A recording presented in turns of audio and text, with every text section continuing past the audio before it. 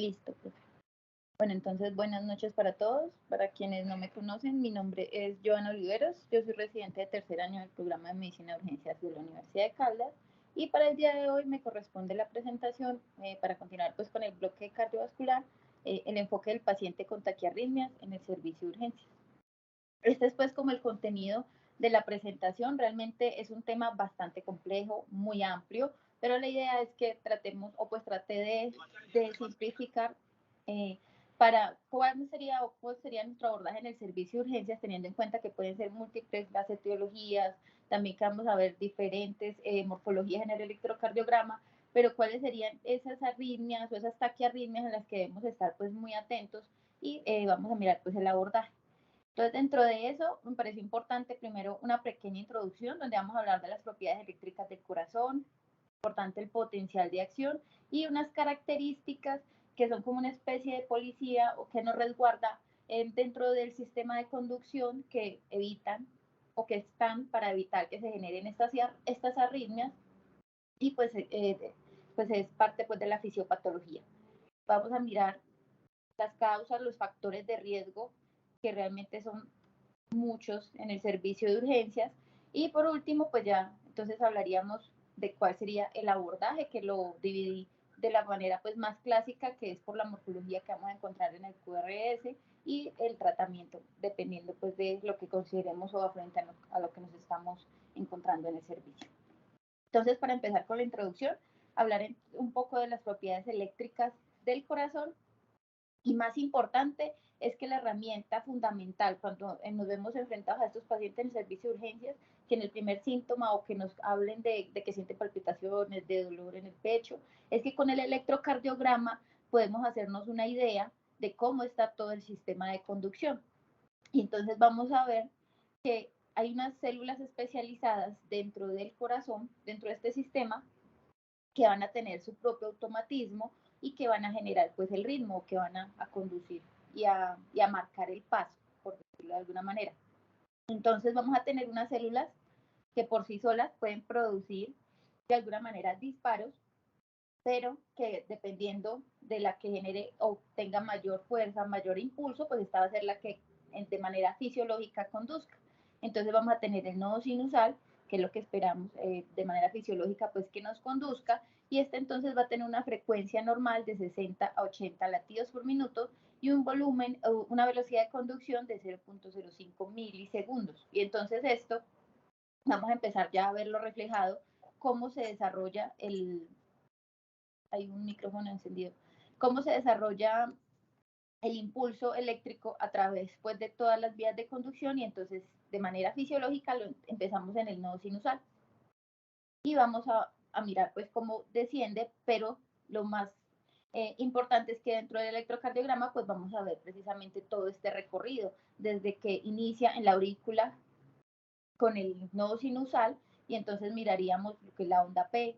Dependiendo el volumen, la velocidad de conducción, también pues vamos a ver las diferentes o vamos a mirar estas velocidades en el electrocardiograma y por eso vamos a ver algunas ondas que son más anchas o más largas o que esperamos que hayan intervalos más largos que otros precisamente por la velocidad con que se conducen y todo pues el tejido que debe recorrer el impulso. Pero entonces el electrocardiograma, desde el nodo sinusal, pues ya vamos a poder identificar con la conducción o la despolarización de las aurículas, la onda P. Ya entonces empezamos con el nodo AB, que es como ese policía entre las aurículas y los ventrículos, y vamos a tener ya la despolarización y todo, y la repolarización de los ventrículos, que lo veríamos pues con los complejos QRS y la onda T. Entonces, algo importante también, dentro de estos diferentes partes que tenemos del sistema, pues estas velocidades de conducción también son importantes porque precisamente por eso miremos, por ejemplo, que el sistema His-Purkinje o la parte que se encuentra dentro del ventrículo tiene una velocidad de conducción más lenta y eso también lo vamos a ver reflejado en cuanto es el espacio o la velocidad que vamos a ver en el electrocardiograma, que también estas velocidades o cuando, por ejemplo, tenemos lesiones aisladas en el sistema, pues vamos a ver que estas velocidades o estos complejos se hacen un poco más anchos, que es algo muy importante dentro de lo que vamos a desarrollar en la charla. Y entonces, ¿qué es importante de lo que les dije anterior? Uno, que la velocidad de conducción se va a ver traducida en el electrocardiograma. Entonces, si hay una alteración dentro de este sistema, por ejemplo, el His-Purkinje, o tenemos un bloqueo de rama, pues dentro del electro lo que vamos a ver es un complejo o un QRS que se va a ver ensanchado con un mayor tiempo o que requiere menor velocidad para que lo veamos dentro del electrocardiograma. Entonces aquí ya nos podemos estar haciendo una idea de qué está sucediendo en el sistema eléctrico. Y algo muy importante también es que a pesar de que les había comentado inicialmente que el sistema de conducción pues está comandado por el nodo sinusal y que tenemos algunos policías como el nodo AB, que tenemos otros recorridos o unas carreteras como el sistema de His-Purkinje, pues resulta que realmente todas las células cardíacas son excitables, sino que el umbral de excitabilidad es diferente. Entonces, el umbral de excitabilidad del nodo sinusal, por ejemplo, es mucho menor y entonces esta es la que va a disparar primero y va a comandar los ritmos o pues va a comandar la frecuencia. Pero teniendo en cuenta eso, entonces podemos tener lugares ectópicos donde si se dispara antes, el ritmo puede ser comandado o puede tener pues o puede iniciar en una parte diferente al nodo sinusal y además esto también nos habla de que por eso se pueden implementar los marcapasos porque se puede excitar otra parte diferente de la célula cardíaca. Esto pues en cuanto a las propiedades eléctricas del corazón. Ahora importante también conocer para los mecanismos que vamos a hablar de arritmias, de las taquiarritmias, los mecanismos iónicos que nos hacen responsables de que se genere todo el potencial de acción cardíaco. Como ya sabemos, tenemos entonces 4 fases y lo vamos a ver también pues reflejado en el electrocardiograma. Aquí vemos 3 gráficas. La primera gráfica nos va a hablar de los iones que se ven involucrados. Este es el nivel intracelular, el nivel extracelular. La segunda gráfica es un dibujo del potencial de acción, pero en 2 células diferentes. En una célula del miocardio, en una fibra de Purkinje o en una célula muscular. Porque es importante, vamos a ver que el potencial de acción es diferente porque estos iones van a ser diferentes en algunos casos y esto nos va a llevar a que hayan lugares en el sistema de conducción que dependiendo de esos iones podemos bloquear o se pueden excitar más fácil. Entonces tenemos, a manera de repaso, que inicialmente pues tenemos un potencial de acción o está pues negativo y por el ingreso inicialmente del sodio a nivel del espacio extracelular al espacio intracelular, pues vamos a empezar el proceso de despolarización para hacer más positivo este potencial que se genera en la membrana y esto nos va a llevar pues a iniciar esa fase de despolarización.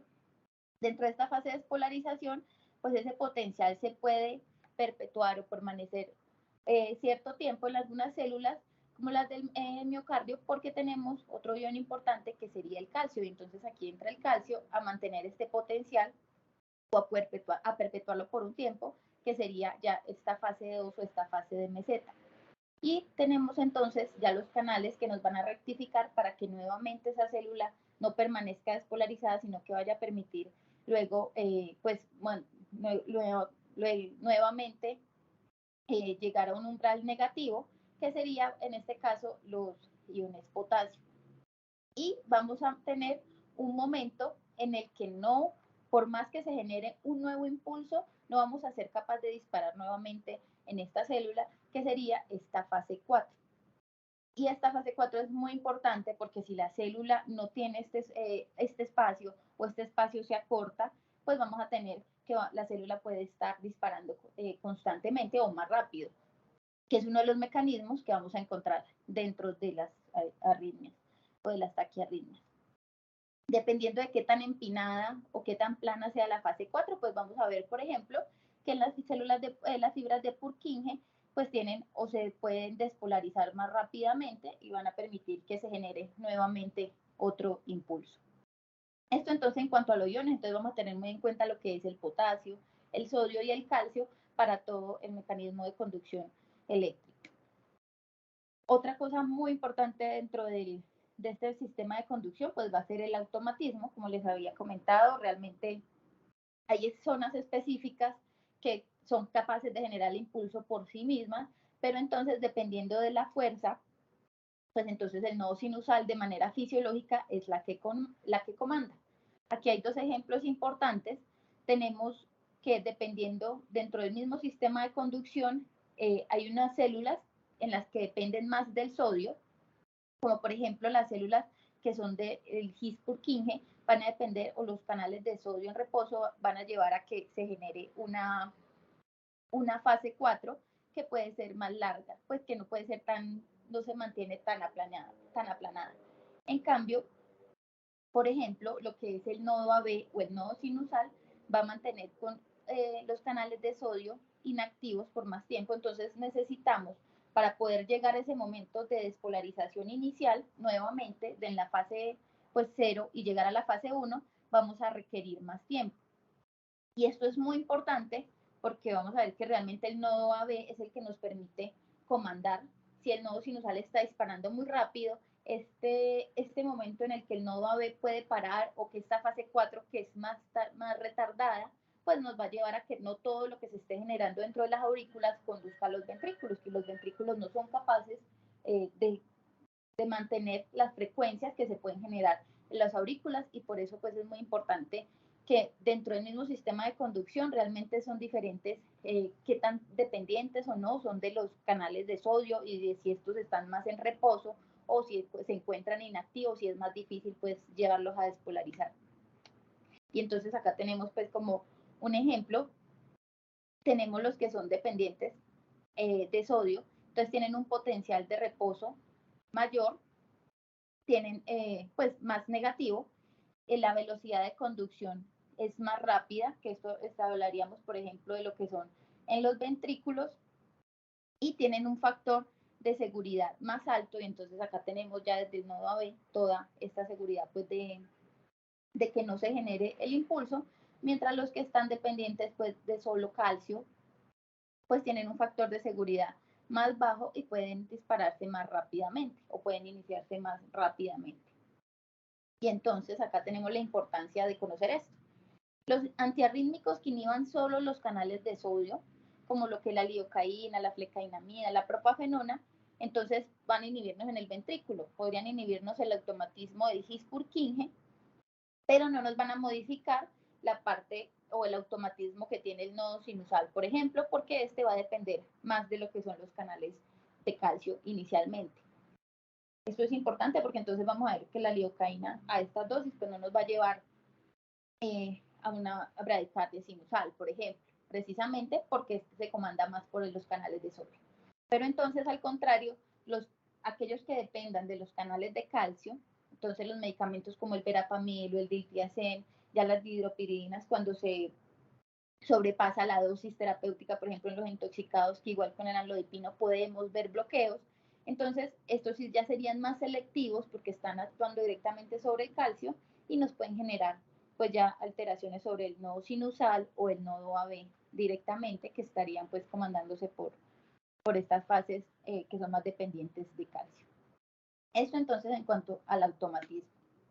Y aquí les traía pues es el ejemplo de las diferentes, la gráfica que ya habíamos visto previamente, de los diferentes fibras en las que podemos encontrar, y estas son muy importantes. Cabe resaltar precisamente que es más empinado, pero es más demorado en que volvamos a tener un potencial, o que el potencial umbral se tarde más, y con esto pues estamos teniendo la seguridad de que no se va a generar un impulso antes de que se termine el anterior. Pacientes ya con complicaciones, o los pacientes que vamos a ver críticos en urgencias, en el servicio de urgencias, pues entonces la hipocalemia.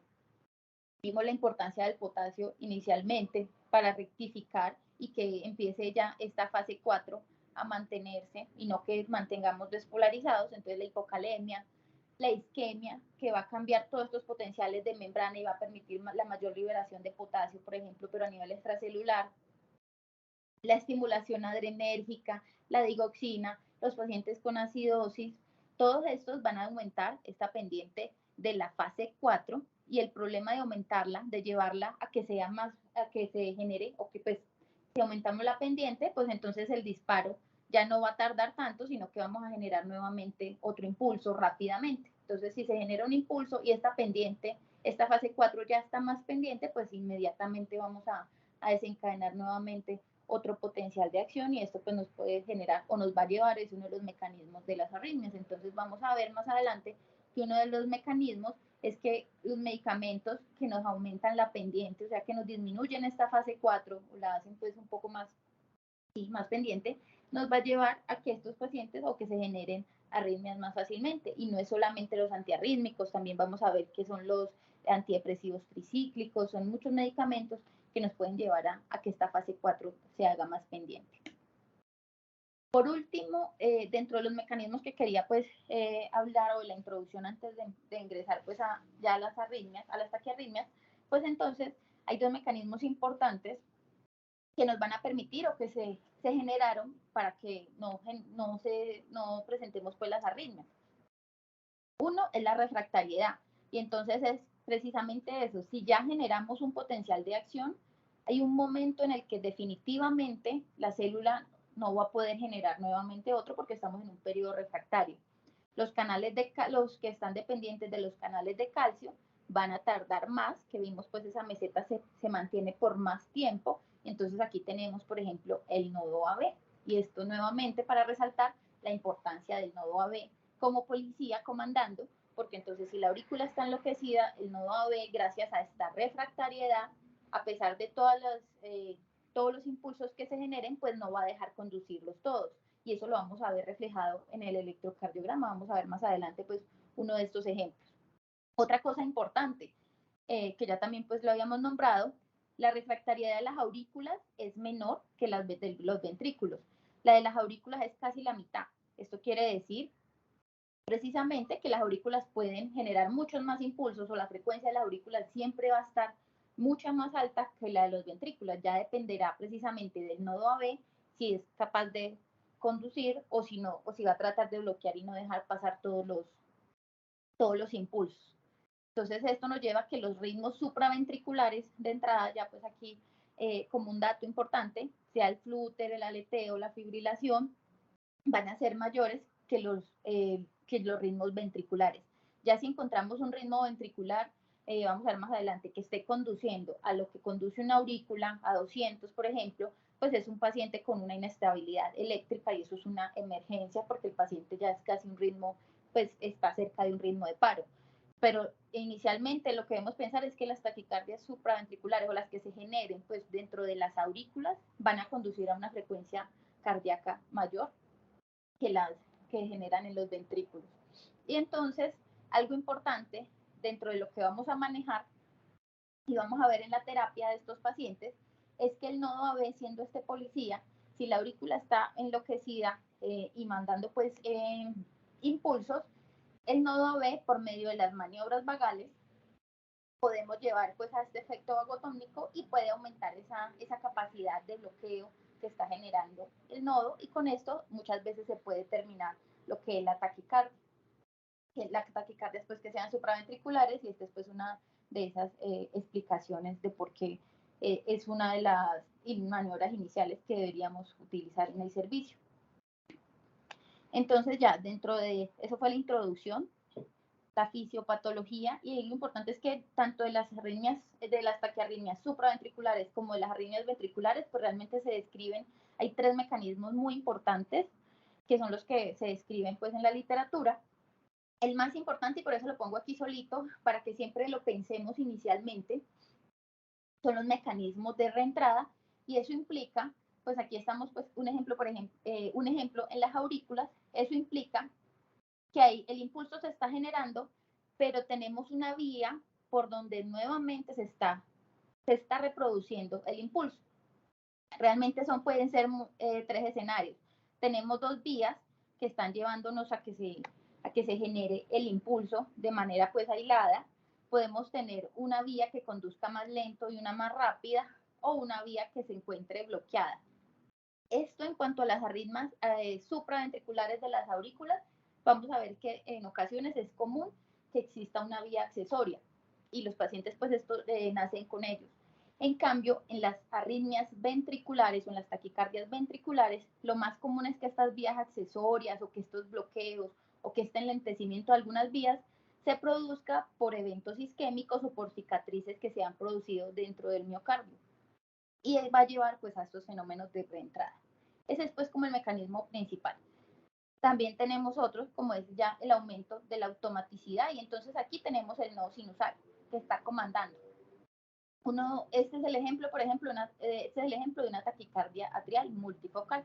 Tenemos el nodo sinusal comandando, pero hay una lesión ectópica o hay un tejido que está o que decidió empezar a disparar a la misma frecuencia y con el mismo voltaje, y entonces se genera una automaticidad o un aumento de la automaticidad, y lo vamos a ver reflejado en el electrocardiograma. Después, mira, vamos a ver que hay diferentes morfologías dentro del electrocardiograma que nos hablan de que tenemos varios focos disparando al mismo tiempo. Este es el aumento de la automaticidad. Y otro mecanismo importante, y aquí es de preguntar al paciente qué medicamentos está utilizando, porque lo vimos no solo por los pacientes críticos, la acidosis, la hipocalemia, sino que los medicamentos también nos pueden aumentar la actividad. Y entonces nos hablan de esa pendiente en la fase 4. Entonces ya no va a ser tan aplanado, sino que más rápido esa célula va a ser capaz de despolarizarse. Y esto habla de la activación prematura de la célula cardíaca, y entonces tenemos los antiarrítmicos, hay algunos antibióticos, antihistamínicos, ya habíamos hablado de los antidepresivos tricíclicos. Entonces preguntar a todos estos pacientes qué medicamentos están tomando, porque estos podrían ser la causa de la taquicardia o de la arritmia que estemos identificando en el servicio de urgencias.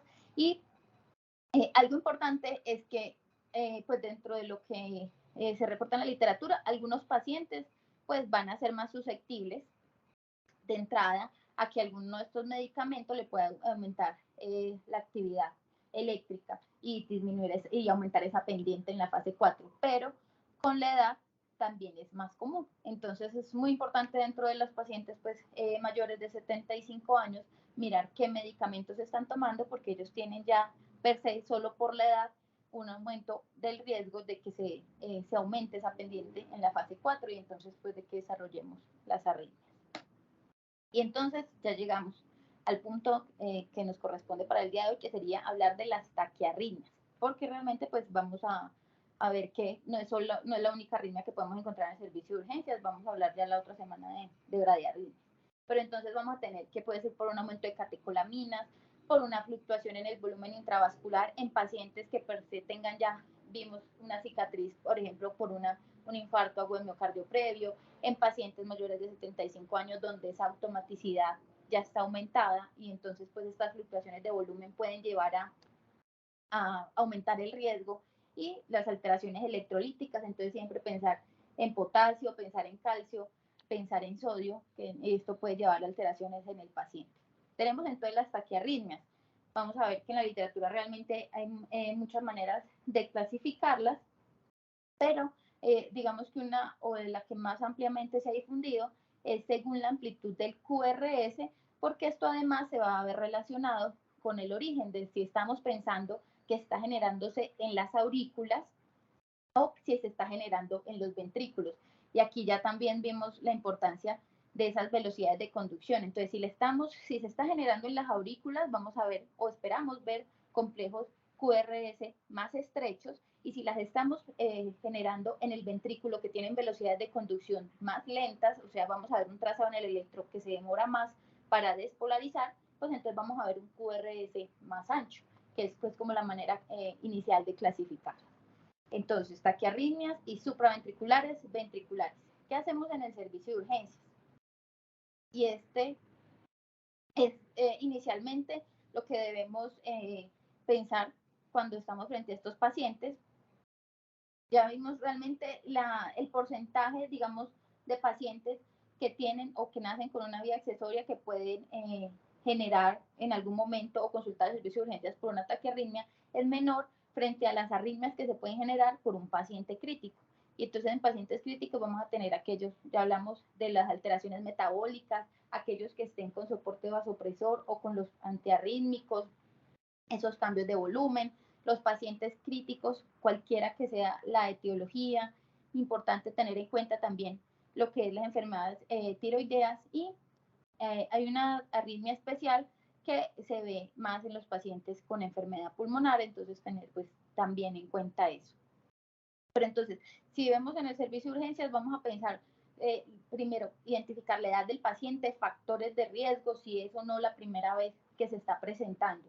Pero siempre pensar que es más frecuente que el paciente esté cursando, no sea per se solo la taquicardia, sino que de base tenga pues alguna de estas alteraciones que sea lo que está generando la alteración.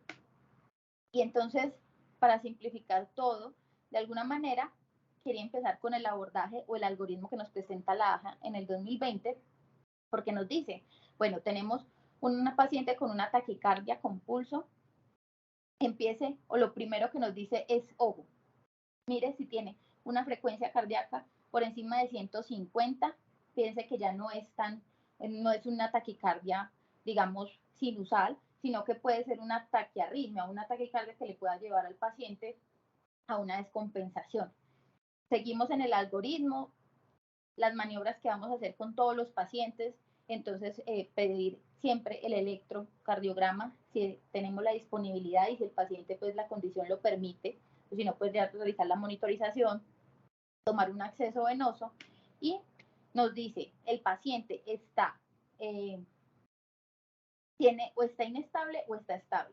Si está inestable, realmente vamos a ver que es un algoritmo en el que nos habla de una terapia eléctrica, entonces yo no trataré de no centrarme pues en esta parte. Pero si no, inmediatamente la AJA nos dice, vea, encuentre el QRS, busque el QRS y es un QRS estrecho o es un QRS amplio. Si es un QRS amplio o mayor de 0.12 segundos, pues entonces ya vamos a considerar algunos medicamentos y si no, vamos a considerar otros. Este es pues como un resumen, pero dentro de la charla trataré pues como de desarrollar cada una de estas partes. ¿Qué es lo que vamos a hacer entonces? Iniciar con las taquicardias supraventriculares. De las taquicardias supraventriculares, entonces, son aquellas que vamos a tener por encima o que se activan dentro de las aurículas por encima del nodo AB. Vamos a tener un ritmo por encima de 100 latidos por minuto, un complejo QRS que en la mayoría de los casos, exceptuando pues algunas condiciones especiales que les voy a nombrar, pues va a ser un complejo QRS estrecho menor de 120 milisegundos porque se está generando por por las aurículas que tienen esa velocidad de conducción más lenta, que lo vamos a poder identificar en el electrocardiograma, y pues porque ambos se está generando aquí, pero está pasando igual a los ventrículos. Esa es una taquicardia supraventricular. ¿Cuál es el problema de decir que el paciente tiene una taquicardia supraventricular? Pues que la taquicardia supraventricular es lo que los americanos han nombrado un término sombrilla, un término umbrella, que es que aquí tenemos una cantidad grande de arritmias que pueden estar englobadas y que realmente necesitamos identificar cada una. Entonces, una taquicardia supraventricular puede ser un aleteo auricular, puede ser una taquicardia atrial monofocal o multifocal, puede ser una taquicardia por reentrada del nodo AB, una taquicardia sinusal y, importante, una fibrilación auricular, que como vamos a ver, realmente las guías las separan, pero es precisamente porque la fibrilación auricular es la arritmia más frecuente, la que vamos a encontrar, la que definitivamente desde el pregrado nos están explicando cómo deberíamos encontrar en el electrocardiograma, pero no deja de ser una taquicardia que se genera en las aurículas, sino que realmente dentro de las guías podemos saber que la clase o hacen guías diferentes para lo que es una abordaje de la taquicardia supraventricular y unas guías específicas para el abordaje de la fibrilación auricular. Pero en general, vamos a tener que la prevalencia de la taquicardia supraventricular es de 2.25 por cada 1.000 habitantes, una incidencia de 35 por cada 100.000, es más frecuente en mujeres que hombres. La vamos a identificar en mayores de 65 años de manera más frecuente, pero hay que tener en cuenta algo importante. En la edad pediátrica, pensar que tienen una vía accesoria como un Wolff-Parkinson-White y que si los pacientes se presentan de manera temprana por debajo de los 65 años, pueden hablarlos de una etiología, digamos, no isquémica, pero por encima de los 65 años, siendo esto frecuente, debemos pensar inicialmente en que este paciente puede estar cursando con alguna alteración isquémica. Y entonces tenemos que realmente es un término que engloba muchas cosas. Vamos a ver les voy a mostrar algunas características importantes, empezando pues por la presentación clínica o qué encontraríamos en los pacientes. Puede ser muy variable. Nos pueden hablar solo de palpitaciones, puede presentar disnea, disconfort torácico. Es muy raro en la taquicardia supraventricular, pero hasta el 2% de los pacientes se pueden presentar con 5. Aquí les traigo una imagen. Hablan del signo de la rana, que es la contracción simultánea, la taquicardia de la contracción simultánea de la aurícula y el ventrículo, porque recuerden que está enloquecida la aurícula enviando una frecuencia mayor contra una válvula mitral que está y una válvula tricuspidia que se encuentran cerradas precisamente pues porque no se está generando todo ese periodo refractario o se está perdiendo ese periodo refractario entre el comando de las aurículas y los ventrículos, y podemos encontrar en estos pacientes este signo de la rana. Realmente la sintomatología es muy variable, importante que si tenemos estos últimos 3 síntomas, pues van a ser un signo de alarma para pensar en que el paciente puede estar cursando o puede llegar a cursar con inestabilidad y que necesita más una terapia eléctrica. Entonces, como la fibrilación es la más frecuente, pues vamos a hablar primero de la fibrilación auricular. Es la más frecuente en la población, es más frecuente en el diagnóstico en el servicio de urgencias, más frecuente en los hombres, en las mujeres, con una incidencia de 1.9 en mujeres, 3.1 en hombres. Y el problema es que a lo largo de la vida pues se va a asociar con aumento de costos por falla cardíaca, si produce ACV o por la pérdida de años productivos en la vida. Los pacientes críticos es reportada en 1 de cada 3 pacientes que se presenten ya sea en el servicio de urgencias o en la unidad de cuidado intensivo, y entonces por eso la que desde el pregrado pues nos han enseñado. ¿Qué conocemos nosotros de fibrilación auricular? Que va a ser una taquicardia con complejos estrechos, un RR irregular y que no vemos la onda P. Eso es lo que todos conocemos, que esta sería pues la fibrilación auricular típica. Pero entonces hay unas variables. No siempre la vamos a encontrar en taquicardia estos pacientes. Puede estar con una conducción lenta, que hablaríamos de menos de 60 latidos por minuto, una fibrilación auricular controlada, que estaría entre 60 y 110, o una paciente que tenga una fibrilación auricular rápida, que es que esa aurícula está comandando, pero el ventrículo o el nodo AB no es capaz de controlar y va a llevar a unas frecuencias mayores o de más de 110 latidos por minuto en cuanto a lo que se genere en los ventrículos. Entonces, no solamente pues vamos a encontrar taquicardia. Nos hablan de que también podemos tener complejos QRS estrechos. No siempre lo vamos a ver. Los pacientes con una vía accesoria que se presenten, por ejemplo, voy a mostrarles un electro más adelante, un Wolff-Parkinson-White, y que se presente con una fibrilación auricular, precisamente por esa vía accesoria que está llevando a un cambio inicial de esa onda delta, pues puede hacer que los complejos se vean más anchos de lo que esperaríamos. Y es más, un paciente que tenga un bloqueo de rama previo, ya sea derecho o izquierdo, pues realmente el bloqueo no se cura cuando se genera la fibrilación, sino que vamos a poder encontrar el paciente con fibrilación auricular, con complejos anchos, porque el QRS estaba ancho per se por el bloqueo de rama que se presentaba. Entonces ya vemos que no tenemos solo complejos estrechos, no siempre los vamos a encontrar estos pacientes con una frecuencia alta, y el RR irregular tampoco es pues patognomónico de una fibrilación auricular, porque los pacientes que se presenten con un bloqueo AB, entonces estamos generando aquí en las aurículas, pero si tenemos una alteración en el nodo AB, pues no se van a conducir todos esos impulsos de manera acelerada, sino que se van a conducir a como lo esté llevando o lo esté comandando realmente el nodo AB, y entonces vamos a ver que se puede encontrar un RR regular.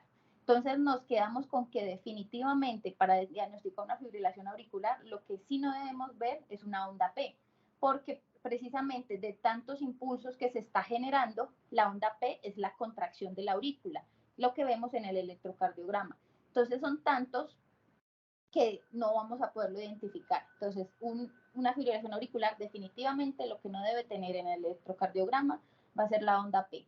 Ya los otros pues que conocíamos, vemos que hay algunas características o algunos pacientes en los que podemos encontrar alteraciones. Y entonces estas son algunas de las excepciones a la regla. Entonces, que tenemos un QRS estrecho. No, aquí tenemos un paciente con un Wolff Parkinson White, con esa alteración pues de base con esa alteración de base y genera una fibrilación auricular, y entonces nos da la impresión por esa onda delta de que tiene un complejo QRS ancho con los QRS irregulares, y realmente es porque ya tenía de base esa aberrancia o esa vía accesoria que lleva a que encontremos un QRS ancho. Lo mismo podría pasar si el paciente tuviera de base un bloqueo de rama, que entonces nos llevaría a ver la fibrilación auricular con QRS ancho. Y entonces tenemos que el RR tenía que ser irregular para que nos hablaran de una fibrilación auricular, tampoco. Este, por ejemplo, es un paciente con una fibrilación auricular con un bloqueo AB completo. Como el que está comandando es el nodo AB, pues por más de que la aurícula esté enloquecida y disparando, pues no vamos a ver la P, porque ya vimos que definitivamente no debe tener la P, y va a disparar o va a comandar a lo que está comandando el nodo AB, que en este caso pues vamos a ver que es un RR regular.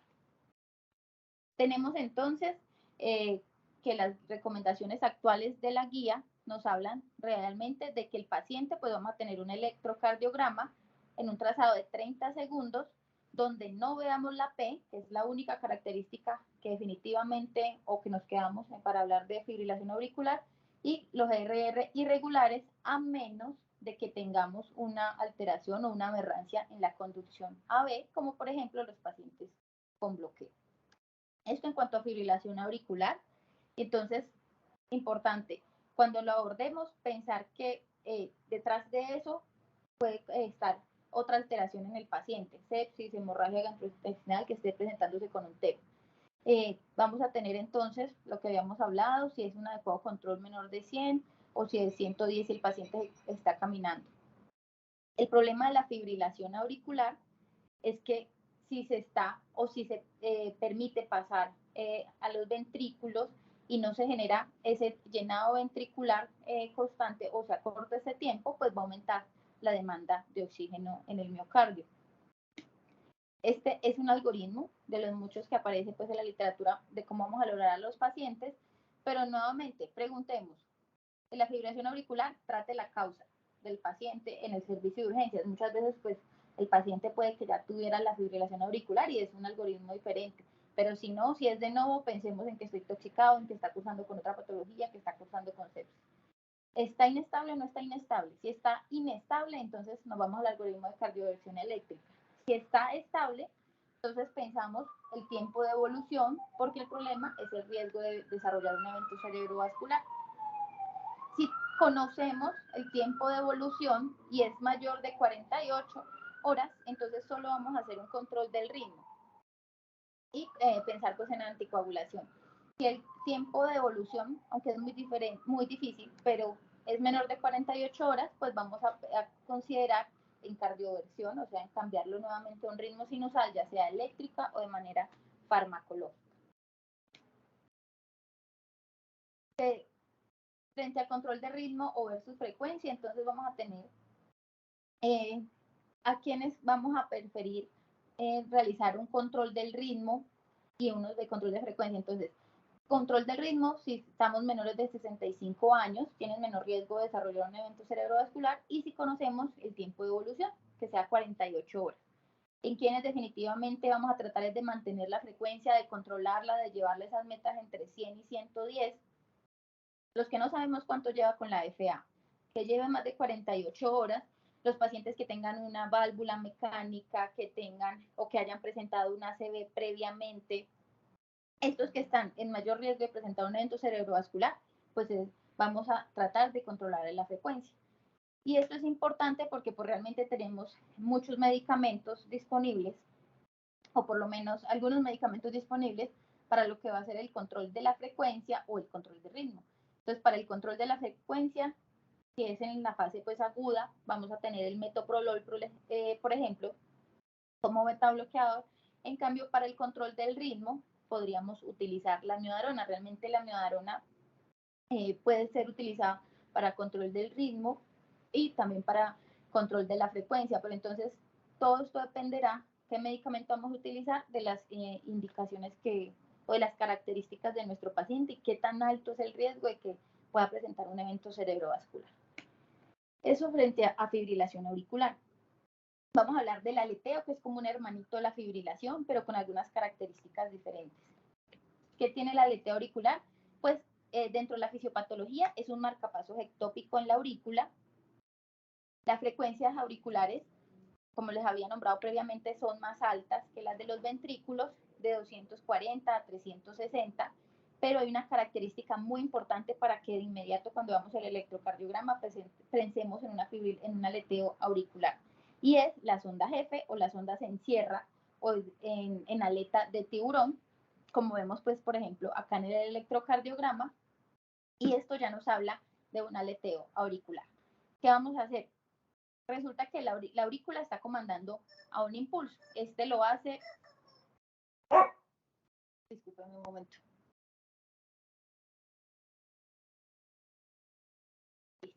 Las aurículas están comandando a un ritmo. Entonces lo vamos a ver con cada onda F. Pero realmente lo que estamos viendo o lo que se está pasando a los ventrículos, pues van a ser esos complejos QRS. Entonces vamos a poder encontrar si el nodo AB está comandando o de verdad es capaz de controlar ese ritmo, pues vamos a ver lo que son bloqueos diferentes como 2-1, 4-1, dependiendo de cuántos latidos está permitiendo que se pase. Por ejemplo, acá tenemos 2 latidos, 2 ondas F por cada complejo QRS o por cada que sí pasa hasta los ventrículos.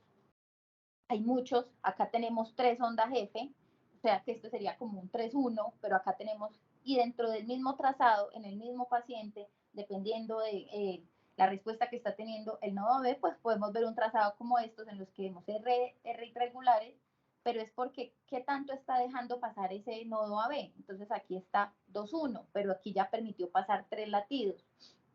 Y eso depende entonces de realmente cómo está comandando el nodo AB. Aquí hay un bloqueo variable, aquí tenemos 2 y aquí tenemos 4-1. Entonces aquí el nodo AB no dejó pasar, solo está disparando la aurícula, pero aquí ya dejó y se despolarizó y tenemos el QRS. Esto es dentro del mismo paciente, podemos ver en el electrocardiograma, entonces vamos a tener un RR irregular, pero en ocasiones, como vimos en el primero, si solamente tenemos un bloqueo 2-1 constante, pues el flúter también podemos tener un RR regular, que va a depender entonces es de lo que esté haciendo el nodo AB. A tener en cuenta dentro del flúter, vamos a tener 2 flúter, o hay 2 flúter en el electrocardiograma y también una fisiopatología diferente o de dónde se genera. Flúter típico y flúter atípico. El típico es el más común. La diferencia es que se genera en el istmo cabo-tricuspidio y vamos a ver unas ondas F negativas en las derivadas inferiores. Nos devolvemos acá. Tenemos el electro ABF, D2, D3 y tenemos acá estas ondas que las vemos negativas. Acá hay un flúter típico, que este es el más común, el del istmo cabo-tricuspidio. Aquí tenemos en cambio unas ondas F que se encuentran positivas y una onda F negativa en B1 que nos habla de un atípico. Esto me está moviendo, listo.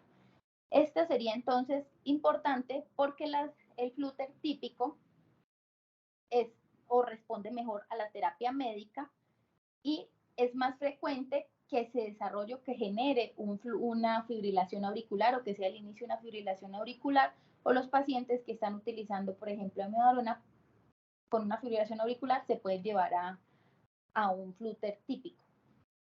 Algo también importante dentro del flúter, que la terapia eléctrica es más eficaz para revertir el ritmo y requiere menos energía en comparación con lo que es un paciente con fibrilación auricular. Por eso las guías, por ejemplo, para flúter auricular recomiendan, si es que ya decimos que vamos a cardiovertir el paciente, utilizar 100 joules de energía. Flúter atípico tiene una mejor respuesta a la ablación y vamos a ver ondas negativas en B1. Manejo, si es una presentación aguda, Si no conocemos el tiempo de evolución, entonces el mismo algoritmo, si es inestabilidad, pensar en cardioversión eléctrica, y si no, cardioversión farmacológica, y es muy similar a la fibrilación auricular. Aquí está otro ejemplo, otro tipo de taquicardia, que sería la taquicardia atrial unifocal o monofocal, donde vamos a ver, hay un foco diferente al nodo sinusal que está disparando, y que es lo que tenemos, unas ondas P de características diferentes a la morfología usual. La importancia de esta arritmia supraventricular es que dentro del electrocardiograma, dependiendo de donde se esté generando ese foco ectópico, podemos ver diferentes morfologías dentro del electrocardiograma. Por ejemplo, aquí, este paciente tiene un foco ectópico en la cara lateral del atrio derecho, y vamos a ver que en algún momento pareciera que tuviera unos complejos más anchos. Mientras, por ejemplo, en la C tenemos un paciente donde se está generando en el nodo, o tiene una disociación atrioventricular cuando le estamos generando o cuando estamos haciendo una maniobra vagal, y vamos a encontrar que pareciera que estuviera irregular, pero es precisamente porque no está dejando conducir, lo que ya habíamos hablado de que pueden ser alteraciones o 2-1 o 1 o 4-1, dependiendo pues de realmente qué tanto esté generando el nodo. Pero entonces en esta importante vamos a ver la onda P, que ya en las anteriores era, en la fibrilación definitivamente no la tenemos, y en el flúter parece o es una onda sierra, una en dientes de sierra, o en una onda pues como una aletica de tiburón. Aquí sí tenemos onda P, pero en toda la derivación va a ser muy similar esa onda P, aunque no es de la morfología usual del ritmo sinusal. Esta sería entonces una taquicardia atrial monofocal. Nuevamente, si está inestable, se recomienda cardioversión eléctrica, y si no, empezamos entonces ya con esos medicamentos que sean capaces de controlar esa respuesta en el nodo sinusal o en el nodo AB, que sería entonces la adenosina, los betabloqueadores o los calcioantagonistas, que habíamos pues visto dentro de la fisiología, porque son importantes. Multifocal, que sería entonces, tenemos una onda P, pero son 3 ondas P diferentes dentro de la misma derivación. Entonces vimos que en la anterior todas son igualitas, feas, chiquitas, diferentes, dentro del complejo CRC, pero todas iguales dentro de la misma derivación. Aquí tenemos diferentes ondas P. Entonces buscamos la onda P en esta derivación, por ejemplo, pero acá tenemos una alta, una más pequeña, una que tiene la polaridad invertida. Dentro de la misma derivación, 3 ondas P diferentes. Entonces inmediatamente pensamos, esa aurícula tiene diferentes sitios o ectopias que están disparando al mismo tiempo. Estos pacientes asocian enfermedad pulmonar, hipertensión pulmonar, enfermedad coronaria, hipomagnesemia, uso de teofilina, cuando encontremos pues estas taquicardias. A diferencia de la monofocal que les había nombrado previamente, lo que recomiendan las guías en estas taquicardias, si la encontramos, es, si el paciente no está inestable, no es revertirla, no es utilizar medicamentos, sino buscar la causa subyacente, pues, como vemos, pues pueden ser muchas, que lo que se está generando al paciente esta taquicardia. Y si no, tenemos pues que las recomendaciones son similares de utilizar entonces, pero miren acá, primero busque cuál es la causa, y si no, betabloqueadores, calcioantagonistas no dihidropiridínicos que nos manejen el nodo sinusal y el nodo AB en estos pacientes. Entonces ya salimos de las aurículas un poco y vamos a ver esos pacientes que tengan reentrada dentro del nodo. Tenemos 2 taquicardias, la auriculoventricular con reentrada nodal, y que sería la típica y la típica. ¿Cuál es la importancia de estas? Vamos a tener unas ondas P retrógradas, entonces se está generando el impulso, pero el impulso está volviendo a entrar antes de irse pues ya pasar del nodo AB a los ventrículos. Tenemos entonces que lo que vamos a encontrar es una onda P, pero el problema de esta onda P es que se está generando tan cerca que se esconde dentro del complejo, entonces algunas veces puede que no la encontremos, o que si la encontramos vamos a mirarla en B1 como una pseudo R. Vamos a ver acá que tengo uno más que parece una pseudo R, y esta realmente es una onda P que está aquí metiéndose, que no alcanzó pues, o que el tiempo como estaba tan cerca se despolarizó y está ahí cerca a la onda que se está metiendo pues acá en la onda R, O tenemos la onda S en las derivaciones inferiores, una pseudo S, que también realmente lo que es una onda P que se está metiendo. Entonces, si uno lo mira rápidamente, no, este paciente no tiene ondas P. Mentira, realmente lo que pasa es que las ondas se están metiendo y parece entonces, si lo vemos en B1, parecería una pseudo R, o si la vemos en las derivaciones inferiores, que es donde debemos encontrar, pues vamos a tener como una muesca, que sería la P, que se están incluyendo pues ahí en el electro. Vamos a tener también que algunos autores hablan de medir el complejo RP, que sería desde que se despolariza hasta que encontramos la P. Aquí tenemos entonces lo que les hablaba de esta pseudo S, y se ve esta muesca que nos habla de esta taquicardia nodal por entrada. Y la nodal atípica, vamos a tener una onda P visible, pero esta no es que se alcance a meter, no parece una pseudo R o una pseudo S, sino que está antes del complejo QRS, la vemos acá. Entonces, nuevamente, este paciente tiene ondas P, solo que tienen morfologías diferentes, las vamos a ver negativas en las derivadas inferiores, entonces aquí en D2, D3, ABF, y podemos verlas positivas en B1, pero están antes de que se despolarice el QRS o de que empiece pues el complejo QRS. Ese sería entonces la taquicardia auriculoventricular con reentrada nodal atípica. Nuevamente, si está inestable, ¿qué se recomienda? Cardioversión eléctrica. Si no, entonces lo que vamos a hacer con estos pacientes, tenemos las maniobras vagales inicialmente, y si no, vamos a tener, que ya vimos que las maniobras vagales, la importancia es que van a tratar de comandar ese impulso vagal en el nodo AB para que tratar de frenar pues como todo el desencadenante. Y si no, pues vamos a empezar con lo que es la adenosina, verapamilo, que realmente nosotros no tenemos pues disponibles estos calcioantagonistas de manera endovenosa, pero entonces la adenosina para tratar de frenar estas taquicardias. Importante dentro de estos pacientes buscar la causa inicial dentro de lo que se habla, pues, además del electrocardiograma, pruebas de función tiroidea, y normalmente estas son más frecuentes en los pacientes jóvenes.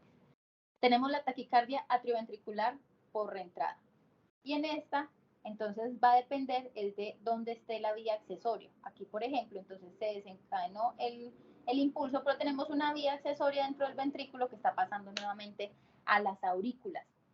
Pacientes con Well-Parkinson-White que tienen esta vía y permite que se despolarice nuevamente.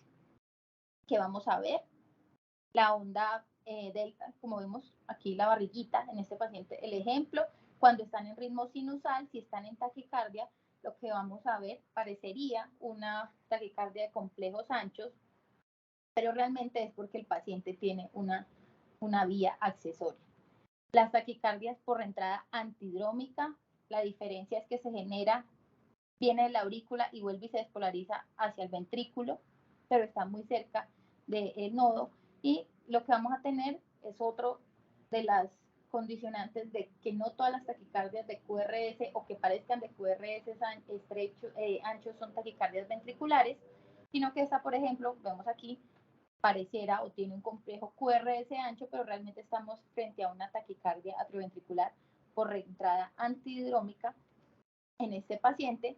Pero de hecho, lo que recomiendan las guías es, si nosotros de entrada vemos una taquicardia con QRS ancho, es mucho más frecuente y es más malo que la dejemos pasar pensando que tal vez estamos frente a una supraventricular con aberrancia, que pensar de entrada que estamos frente a una ventricular y quizás equivocarnos y luego darnos cuenta que realmente era una supraventricular.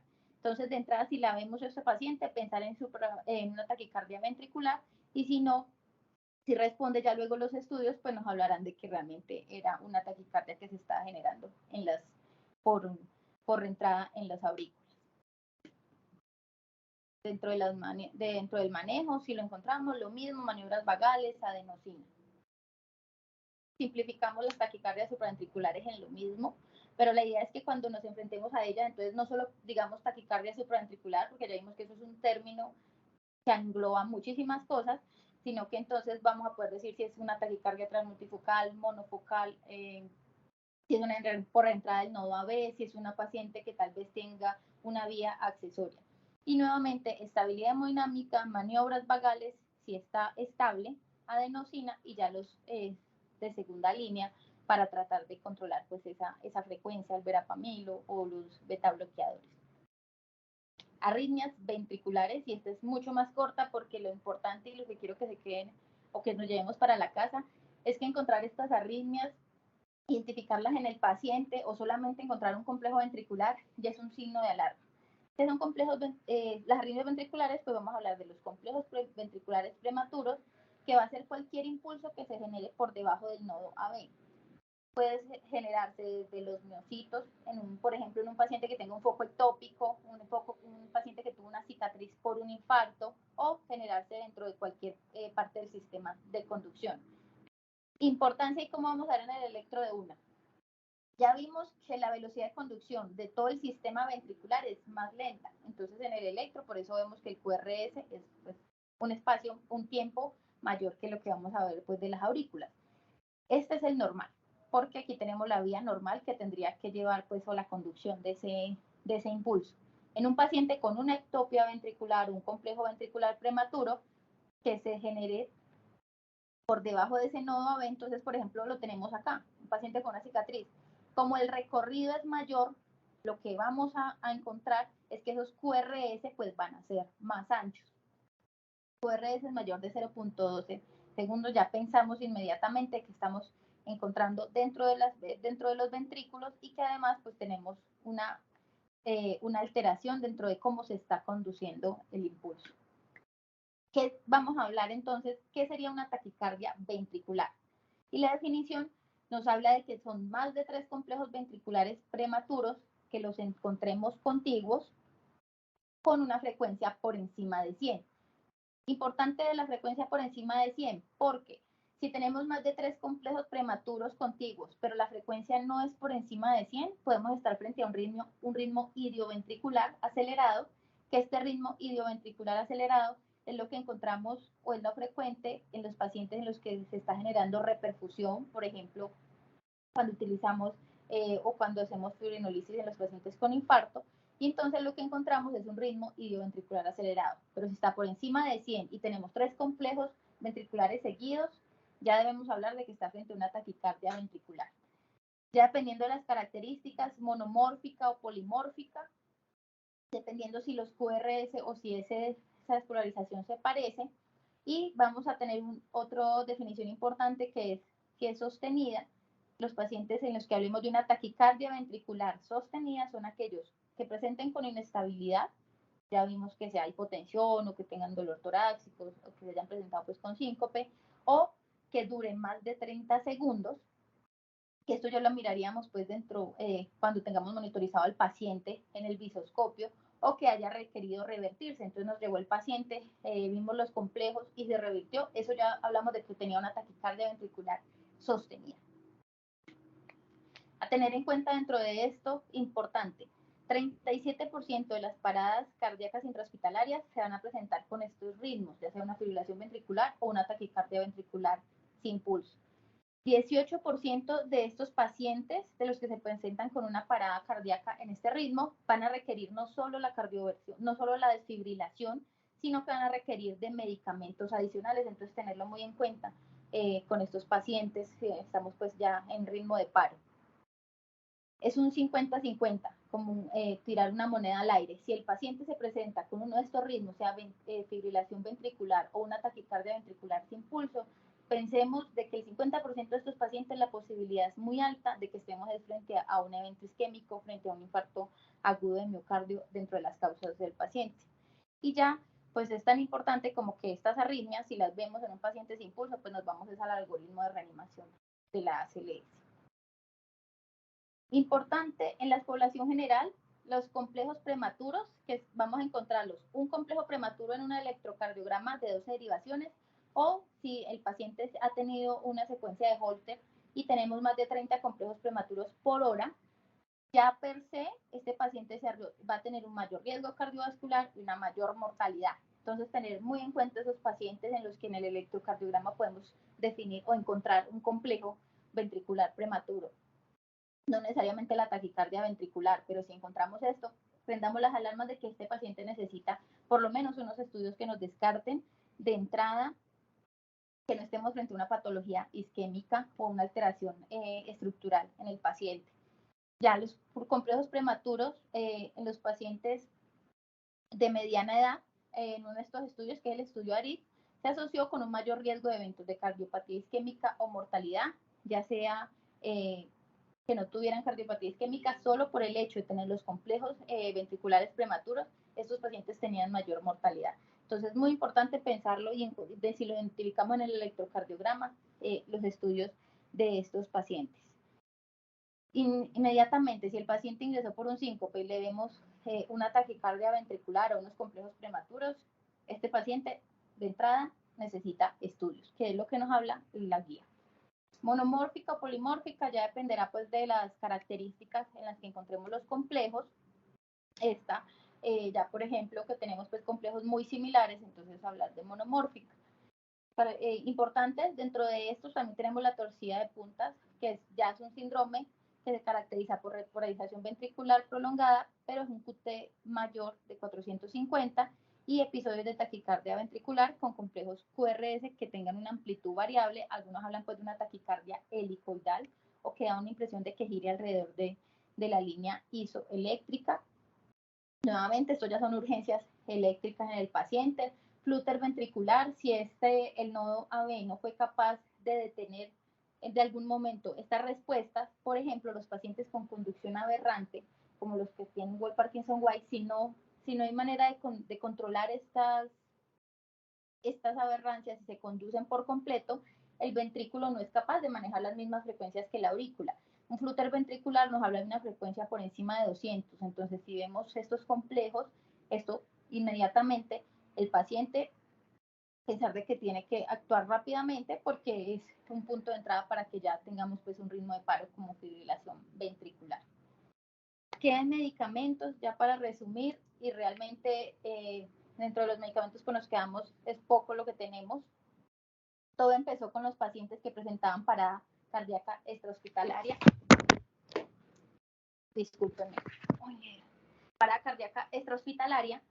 Y entonces tenemos el estudio ARREST, que fue en 1999, 504 pacientes, el 74% de ellos fue presenciado, y aquí empezamos con la amiodarona. Amiodarona 300 miligramos versus placebo, y lo que se vio es que estos pacientes tenían mayor sobrevida al ingreso si se utilizaba amiodarona, 44% versus 34%, con una P estadísticamente significativa que pues para ese momento, para el 99, donde se realizó, pues realmente lo que se esperaba era que si el paciente llegaba o no, o si sobrevivía cuando llegaba al servicio de urgencias, pero aquí todavía no pensábamos en cuáles eran los desenlaces neurológicos. Pero desde aquí, desde el 99, entonces la amiodarona es el medicamento, o ha sido los medicamentos que utilizamos en estos pacientes.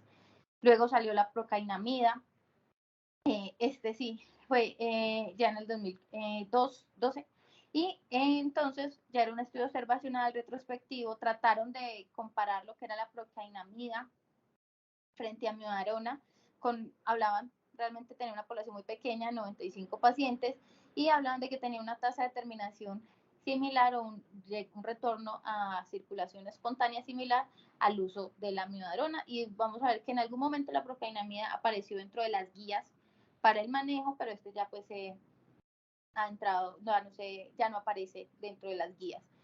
El más reciente o del que tenemos pues con mayor población, 2016, el ALS-ROT, que ya hablaba de amiodarona, lidocaína frente a placebo. Es un estudio mucho más grande, con una población de 4.653 pacientes. No se encontraron diferencias en la sobrevida de estos pacientes frente a utilizar amiodarona y lidocaína, pero pues sí tenían una respuesta frente a no utilizar nada o a utilizar placebo. Y algo importante es que la lidocaína permitió o tuvo un aumento de los pacientes que retornaban a circulación espontánea en el momento en el servicio de urgencias, y es por este estudio que vamos a ver que dentro de los algoritmos de los pacientes que se presentan con taquicardias ventriculares, vamos a ver que tenemos la amiodarona y la lidocaína como opciones que se pueden utilizar. Esto es lo que nos recomiendan entonces. Si el paciente está inestable, pues nos vamos a la ACLS inmediatamente con estos pacientes. Si no tiene pulso, ACLS. Si no, pues vamos a tener o se puede utilizar lo que es la amiodarona para el uso de estos pacientes o el control de ritmo. Nuevamente esta sería la conclusión, el abordaje que nos ofrece o el algoritmo que nos ofrece la AJA, procainamida, amiodarona, adenosina, si estamos pensando en una taquicardia supraventricular, pero muy importante, complejo QRS y quiero que se vayan con la idea de que hablar de taquicardias supraventriculares realmente estaríamos hablando de muchísimas cosas. Entonces tratar de mirar si tiene o no la onda P, y con esto ya podríamos ponerle nombre y apellido a lo que es la taquicardia supraventricular, y también, como vimos, dependiendo de eso, hay diferentes causas. Esto es pues como todo, recordarles el Congreso Nacional de Residentes de Medicina de Urgencias que se va a desarrollar del 2 al 3 de septiembre y que están cordialmente invitados.